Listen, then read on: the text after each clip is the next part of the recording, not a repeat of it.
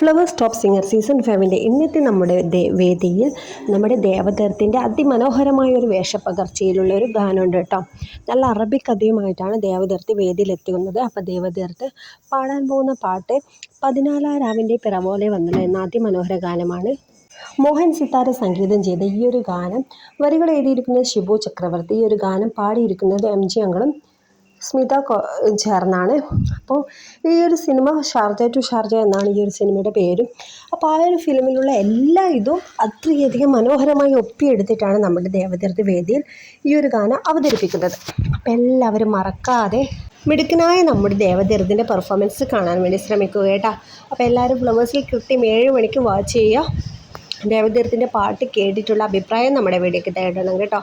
അപ്പം നമ്മുടെ വീഡിയോ ഇഷ്ടപ്പെട്ടാൽ ലൈക്ക് ചെയ്യാൻ മറക്കരുത്. നമ്മുടെ വീഡിയോ നിങ്ങൾക്ക് എപ്പോഴും കാണണമെങ്കിൽ ബെൽ ബട്ടൺ ഒന്ന് ഇനാബിളാക്കി വെച്ച് സബ്സ്ക്രൈബ് ചെയ്യുക.